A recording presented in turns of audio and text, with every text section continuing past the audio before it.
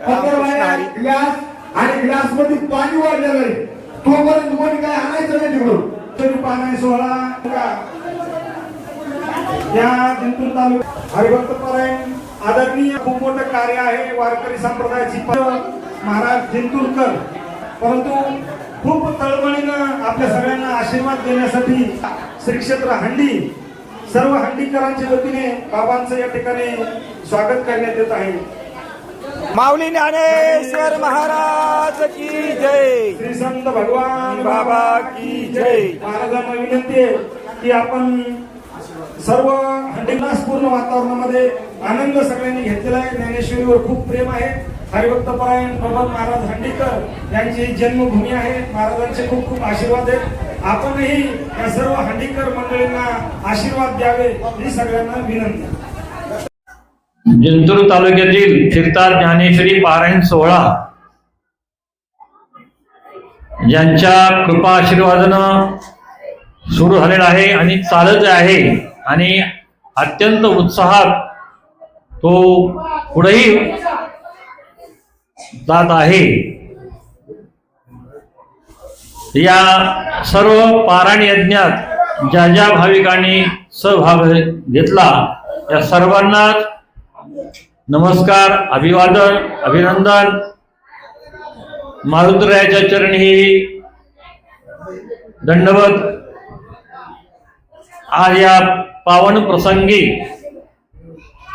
Coulomb पवित्रम जननी कृतार्था वसुंधरा पुण्यवतीच तेन अपार संवित सुख सागरेस्मिन् लीनम परे ब्रह्मणी यस्य चेता. या सुभाषितकारानं सुभाषितामध्ये असं वर्णन केलं आहे, कुलम पवित्रम, ज्याचं कुळ पवित्र आहे, ज्याची जननी पवित्र आहे, तो देश पवित्र आहे. आपल्याही साधू संत मिळेल ना, तेथे हरीचे दास जन्म घेते.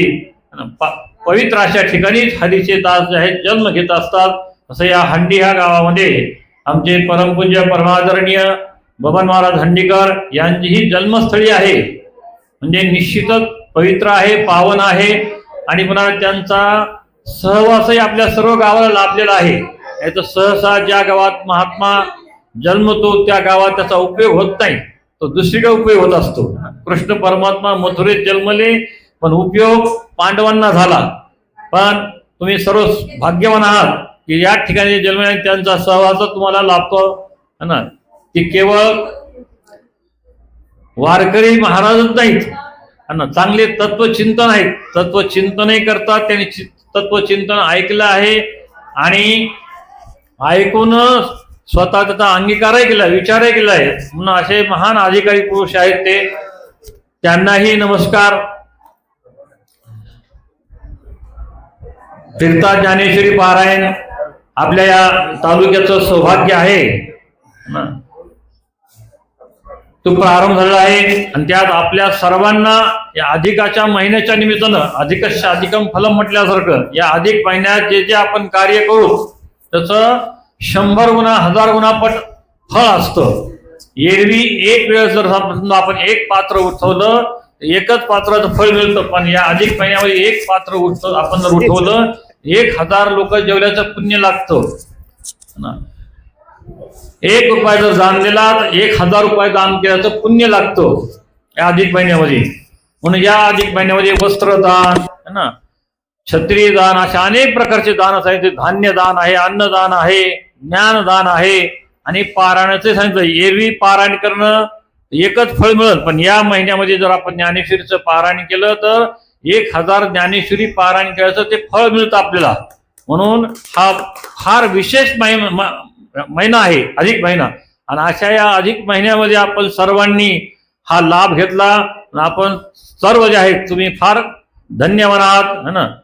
तुकोबाराय म्हणून आपुलिया हिता जो असे जागता धन्य माता पिता तयाचे, त्याचे आई धन्य आहेत, माता धन्य आहेत. आणि आशाची म्हणजे तुका म्हणे मज घडो त्यांची सेवा तरी माझ्या दैवा पार नाही. तुकोबाराय म्हणतात कोणाचे, तुमच्यासारख्या साधकांची, मुमुक्षूंची, भाविकांची मला सेवा घडावी. आणि जनाबाई तर म्हणतात वाचिल जो कोणी जनी त्याशी लोटांगी. जो ज्ञानेश्वरी वाचतो त्या अशा ज्ञानेश्वरी वाचकाला जनाबाई नमस्कार करतात साष्टांग. म्हणजे केवढा अधिकारी बघा त्या वाचकाचा. एवढ्या मोठ्या अधिकारी असणाऱ्या जनाबाई ज्यांच्या हाताचा स्पर्श गौऱ्यानं झाला, त्या गौऱ्या विठ्ठल विठ्ठल मुलाल्या आणि त्या जनाबाई म्हणतात की जो ज्ञानेश्वरी असतो ना त्याला माझा नमस्कार आहे. आपण तुम्ही खरोखरच सगळे पवित्र आहात. निश्चितच या महिन्यामध्ये समजा एखाद्याला शिवी जर दिली, एक शिवी देते 1000 शिव्याचं फळ भोगावं लागतं. काही करा हा, शुभ कर्म करा किंवा अशुभ कर्म करा.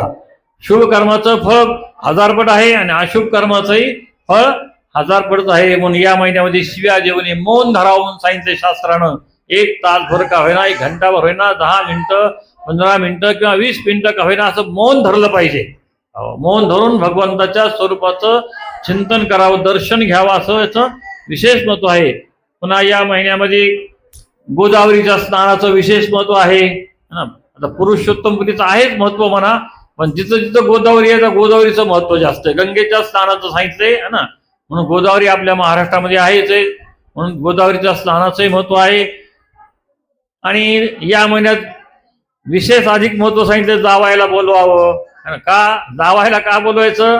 जावाई हा विष्णू स्वरूप आहे आणि हा अधिक महिना जो आहे हा अधिक महिना म्हणजे सगळ्यातला उरलेला आहे. थोडा थोडा थोडा थोडा तिथी उरलेला, तो सूर्य आणि चंद्राच्या अवलंबून असतो, त्याला मळ म्हणतात उरलेला. तो मल मास जो आहे, या मल मासाला कोणी देवता नव्हते, ग्रह नव्हते, काही मोकळाच होता, मोकार म्हणजे याच्यात कोणी काहीच काम करत नव्हते चांगले. म्हणून त्याला खूप दुःख वाटलं आणि दुःख वाटल्यानंतर तो भगवंताकडे गेला की माझी निर्मिती कशाला केली? मला नेहमी दुःखच आहे. जर माझा जन्मही दुःखात, माझं वागणंही दुःखात आणि शेवटी मृत्यू दुःखात जर असेल तर काय अर्थ आहे? मग भगवंतानं सांगितलं तुझा स्वीकार मी करतो. मग भगवंतानं स्वीकार केला या महिन्याचा, म्हणून त्याला पुरुषोत्तम मास झालं. आणि अधिक मास, पुरुषोत्तम मास किंवा मलन मास असे वेगवेगळ्या प्रकारचे नावं आहेत. आणि या मलमासात जावायला का बोलायचं? कारण जावई हा विष्णू स्वरूप असतो. आपण ज्यावेळेस लग्नामध्ये कन्यादान करतो त्यावेळेस ब्राह्मण म्हणतात विष्णू स्वरूपने वराय. विष्णू स्वरूप हा वर आहे, त्याला माझी ही कन्या लक्ष्मी स्वरूपी अर्पण करतो. म्हणून या महिन्यात जावायला विशेष रूपानं बोलवावं, जेवू घालावं, कपडे करावे, सोनं नाणं द्यावं. जर फळ जास्त सांगितले पहा, बाकी दुसरं काय आहे. पण ज्याला जे म्हणा. आणि या महिन्यात साधू संताला जो घटत जागपट फळे. एक जर साधू समजा जेवला, हरिभक्त जेवला ना, जेवढे वारकरी आहेत वारकरी हे हरिभक्त आहेत, हरीचे भक्त असल्यामुळं त्या हरिभक्तांना जेव घातलं म्हणजे पांडुरंग परमात्म्याला जेव घातल्याचं पुण्य लागतं. देवते संत निमित्त त्या प्रतिमा म्हटल्यात ना. म्हणून वारकरी जे संत आहेत ते संतच आपल्यासाठी देव आहेत. ते जेवले, जसं आता छगन बाबा जेवले या ठिकाणी 1000 है ना 1,00,000 लोक जेवलेच पुन्हा आपल्या गावाला मिळालं पहा. कारण ते वैराग्य मूर्ती आहेत, संत आहेत, वारकरी आहेत, भागवत भक्त आहेत, सगळ्या गोष्टी आहेत. सर्वांगीण त्यांचं ऐश्वर आहे. अशा ऐश्वर संत महात्म्याचं तुम्ही ऐकलं आणि त्यांना जेव घातलं त्याचं खूप पुण्य आहे. म्हणून आज ज्ञानेश्वरीच्या पारायणाची या ठिकाणी सांगता झाली. म्हणून पारायण संपलं, आपलं काम संपलं असं नाही. रोज नित्य नेमानं आपण ज्ञानेश्वरी वाचायला पाहिजे. कारण ज्ञानेश्वरीचं महत्व आहे पहा. मागच्या धमधम गावामध्ये शेनगावकरचे महाराज देखून त्यांनी सांगितलं है ना, श्लोकाक्षर द्राक्षलता मांडव झाली आहे गीता. बरोबर हा संसार होतांचा विसावा वया है ना. ज्ञानेश्वरी गीता म्हणजे काय आहे ना, द्राक्षरूपी लता आहे. आपल्या दारामध्ये जी लता आहे, पूर्वीच्या काळी लोक फळ लावायचे, दारात मांडव घालायचे, बाजूवर माठ असायचा पाणी प्यायला. तसं ही गीता म्हणजे एक एक श्लोक जो आहे, एक एक श्लोकाची ही लता आहे. आणि या लतेला फळ द्राक्षे लागले. द्राक्षे म्हणजे हो अत्यंत दुःखाची निवृत्ती आणि परमानंदाची प्राप्ती, हे द्राक्षे हे फळ आहे. परमार्थाचं फळ काय आहे? दुःखाची मुळापासून निवृत्ती होणं आणि परमानंदाची प्राप्ती होणं, हे फळ सांगितलेलं आहे. किंवा अविद्या नाशू हे फळ. म्हणून हे ज्ञानेश्वरी म्हणजे एक मांडव आहे. आपण शेतातून काम वगैरे करून आलो की बाहेरून आलो, पाय धुतले तर बसून 1 गिलासभर जर समजा पाणी पिलं तर कसं निवांत वाटतं, तसं ही ज्ञानेश्वरी पहा. आणि आणखी महत्व सांगितलं ज्ञानेश्वरीचं.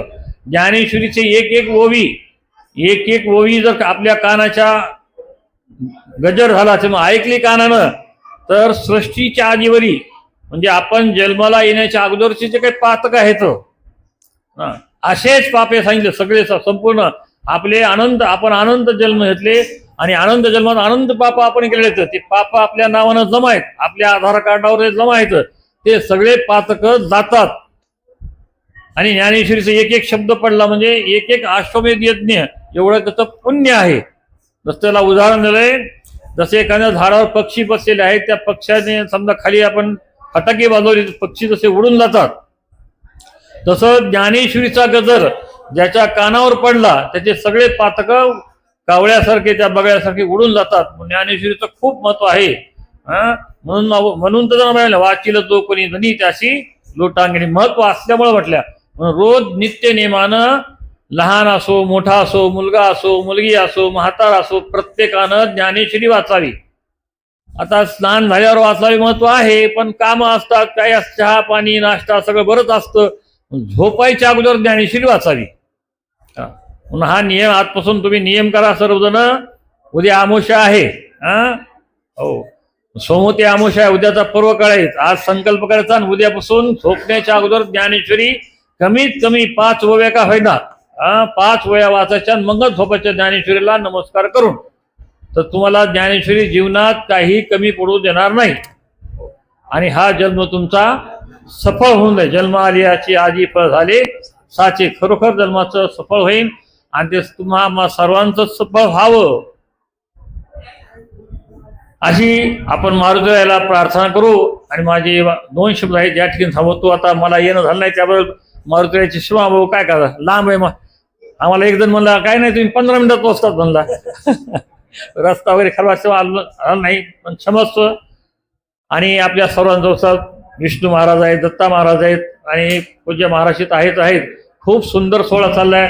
मागच्या त्या धमधमोदी 197 शिदोरी पाठवली. हे तिकडे शिदोरी नव्हती वाटतं, त्या मानव तालुक्यात शिदोरीचं नव्हतं, पण आपल्याकडे हे नवीन झालंय शिदोरीचं.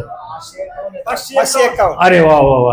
आज तर खांडेच्या लोकांनी जर 551 शिदोरी दिलेली आहे. त्यांना टाळ्या. आता तुम्ही जर जेवायला मीच वाचतो टाळ्या. आणि असं तुमच्याकडून खरं मुलगी चालली म्हणजे शिदोरी लवकर कोणी जाईना. पूर्वी मुलगी जाताना वाटत शिदोरी शिवाय वाटेला येत नव्हते. आता इतका आळस झालाय की पाहायचंच काम नाही. इथं कोणी करीना शिदोरी आणि आई ती मिळाली ती बी आणायला तयार नाही. जाऊ दे म्हणते, पैसे देऊन टाका म्हणतात. पण तुमच्या या हंडीतल्या लोकांचा खूप उत्साह. एवढं 551 म्हणल्यानंतर खूप मला तर खूपच म्हणजे काय स्तुती करावी तुमची. माझ्याकडे शब्द नाहीत तुमच्याकडं ना. एवढी शिदोरी एवढी तुमची ज्ञानेश्वरी विषयी माऊली विषयी तळमळ आहे, त्याला आपलं समजलं आहे.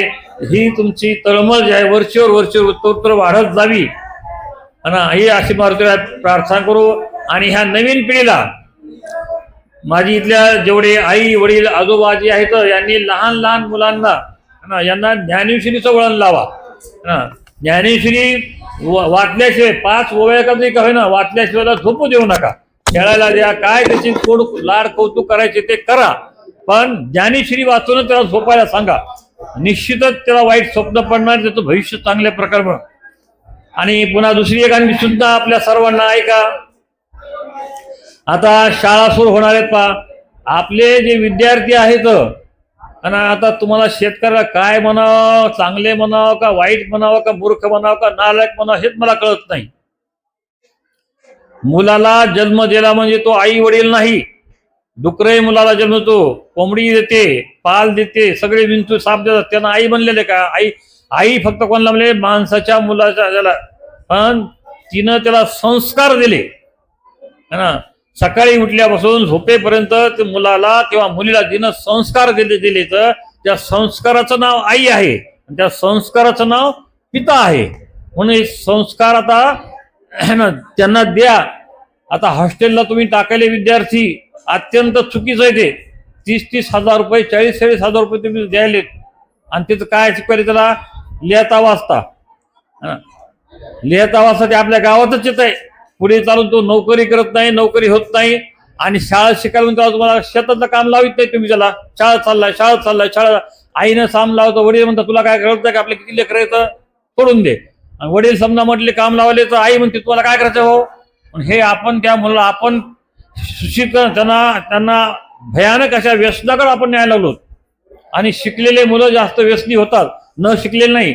न शिकलेले आई वडिलांची सेवा करतात, देवाची सेवा करतात. आणि शिकलेले आई वडिलांची सेवा नाही, देवाची नाही, शेती चांगली करतात, काही नाही. आणि नोकरी तर लागायचा प्रश्नच नाही. नंतर शेवटी मोठं झाल्यावर भरपूर शेती आहे, सगळं आहे, होत नाही, करतात म्हणून बायको मिळत नाही. असे भयानक आहे हे एक एक प्रकार. आपल्याला आपल्या मुलाचं चांगलं कल्याण व्हावं, त्याला वारकरी शिक्षण संस्थेत टाका. तो नाही कीर्तनकार होऊ द्या किंवा नाही कलाकार होऊ द्या, पण तो चांगला माणूस होईल आणि आपल्या आई वडिलांची सेवा करेल, देवाची सेवा करेल, शेती करेल. आता आपण कधी ऐकलंय का की हे वारकरी संस्थेतला मुलांना आई वडिलाला हाकलून लावलं, बायको घेऊन वेगळा झाला किंवा शेती करत नाही. आज कितीतरी मोठे मोठे कीर्तनकार महाराज आहेत, तर ते शेती करतात आणि कीर्तनही करतात. म्हणून माझी तुम्हाला सर्वांना विनंती आहे की आपले जे मुलं आहेत तुम्ही वारकरी शिक्षण संस्थेमध्ये टाका, गुरुकुलात टाका. जिंतूरला आहे, चारखानला आहे, आपल्या परिसर कुठं नसतं आपल्या गावात सुरू करा. आणि प्रत्येक गावात आता जवळजवळ छोटे छोटे महाराज या ठिकाणी बबन महाराज आहेत. आणि कोणी असं गावातच असं काही प्रतिष्ठित लोकांना थोडंसं सायंकाळ सकाळ संध्याकाळ समजा काही विद्यार्थ्याला संस्कार वगैरे घेतले तर हळूहळू त्याला सवय लागल. हे विदेशी लोकांचं खोळे हॉस्टेलमध्ये विद्यार्थी टाकला म्हणजे आपण मोकळे झालो ना. म्हणून त्याला आपण चांगल्या मार्गाला लावलं, त्यांना वाईट मार्गाला आपण लावलं. आता मुला पैसे देऊन आपण वाईट मार्गाला कोण लावलं? आपण लावलं. मग नंतर पुन्हा आपण रळीस येऊ ना.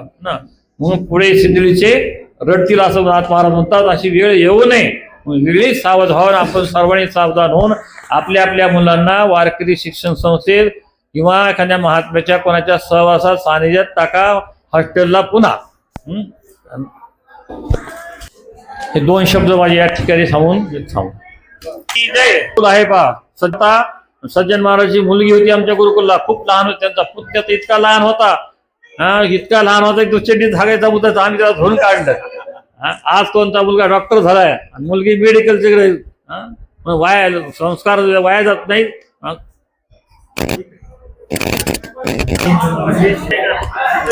रामकृष्ण हरी.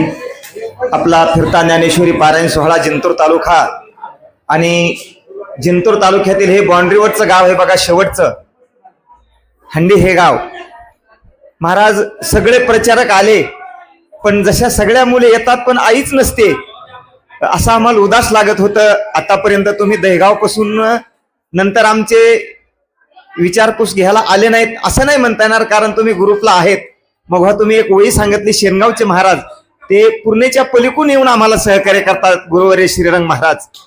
आणि खरंच तुमच्याकडे वेळ किती, रस्ता पण किती खराब आहे, तरी पण तुम्ही वेळातली वेळ काढून आलात. आमची अभिमानांची छाती तर फुगलीच, पण आमच्या सर्व प्रचारकाला आनंद वाटला. त्याबद्दल शब्दसुमनाने आपल्या फिरते ज्ञानेश्वरी पारायण सोहळ्याच्या प्रचारकाकडून तुमचे हार्दिक स्वागत तर आहेच. आणि मला पुन्हा सांगायचं, मी वेळ घेत नाही कारण वेळ नाही. दत्तराव, आपल्याला 3 ब्रह्मचारी लाभलेत.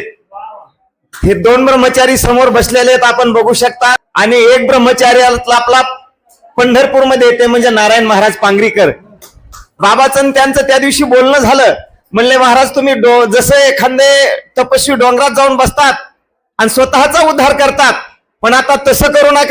शिनले भागले कोणा महापुशिले, हा फिरता ज्ञानेश्वरी पारायण सोहळा चालू आहे, तुम्ही इकडे या.